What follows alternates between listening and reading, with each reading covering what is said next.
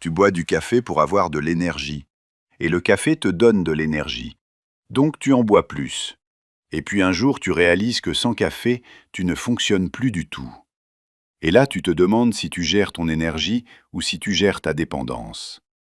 Ce n'est pas un jugement, c'est de la biochimie. Voilà ce que personne ne t'explique sur le café. La caféine ne te donne pas d'énergie, elle bloque le signal de fatigue. Ton cerveau produit en permanence une molécule appelée adénosine. Plus tu es éveillé, plus elle s'accumule. Quand elle atteint un certain niveau, ton cerveau reçoit le message « il est temps de se reposer ».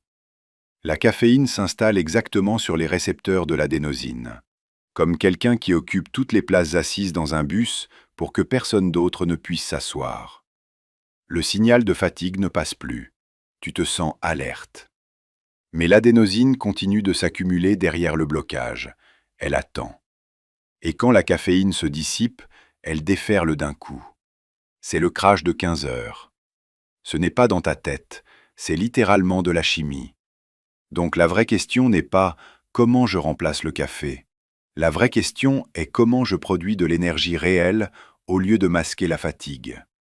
Et la réponse est moins glamour que tu ne le crois. Ton corps a 4 systèmes naturels de production d'énergie.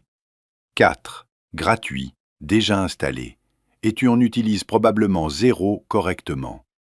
La lumière.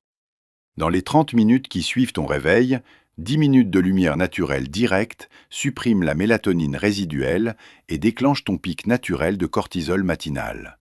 Le bon cortisol, celui qui éveille et alerte, pas celui du stress chronique. Ta biologie te donne une dose d'énergie gratuite chaque matin. Tu la rates parce que tu regardes ton téléphone, les volets fermés. Pro-type, pas besoin de soleil direct. Lumière naturelle près d'une fenêtre ouverte suffit. En hiver, une lampe de luminothérapie à 10 000 lux pendant 20 minutes donne des résultats identiques. L'eau. Après 8 heures de sommeil, ton cerveau est légèrement déshydraté. Une déshydratation de 2% réduit les performances cognitives de 20%.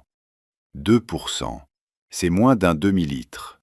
Boire 50 centilitres d'eau avant ton café du matin prend 30 secondes et change la qualité de tes 2 premières heures de journée. Le mouvement. 10 minutes de mouvement d'intensité modérée déclenchent une libération naturelle de dopamine et de noradrénaline. Exactement les mêmes neurotransmetteurs que la caféine stimule artificiellement, mais produits par toi, sans crash, avec un effet qui dure 3 à 4 heures. Les samouraïs japonais faisaient du teizo chaque matin, non pas pour la forme physique, mais pour activer leur clarté mentale. Ils avaient compris empiriquement ce que les neuroscientifiques mesurent aujourd'hui, les cycles de sommeil. Ton cerveau récupère en cycle de 90 minutes. Se réveiller en plein milieu d'un cycle crée de l'inertie du sommeil, cette sensation de gueule de bois sans alcool que tu connais. Se réveiller en fin de cycle la supprime presque entièrement. 6 heures en fin de cycle te laissent plus frais que 7 heures interrompues au mauvais moment. Calcule ton heure de réveil en remontant par multiples de 90 minutes depuis l'heure où tu dois te lever. Aucune de ces 4 choses n'est spectaculaire. C'est précisément pour ça qu'elle fonctionne.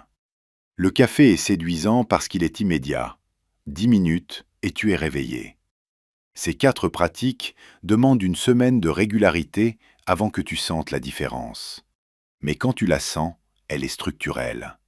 Pas un pic suivi d'un crash. Une énergie stable qui commence tôt et tient jusqu'au soir. Tu ne seras pas miraculeusement transformé. Tu seras juste quelqu'un qui n'a plus besoin d'un stimulant externe pour fonctionner comme un être humain normal. Ce qui, honnêtement, est déjà beaucoup. Le café n'est pas l'ennemi, mais si tu ne peux pas fonctionner sans lui, ce n'est plus un choix, c'est une béquille.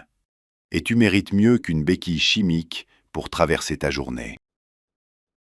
Dis-moi dans les commentaires, laquelle de ces 4 pratiques tu n'as jamais vraiment testé sérieusement? Et la semaine prochaine, on parle de quelque chose d'encore plus contre-intuitif. Comment faire moins pour produire plus? Sans bullshit.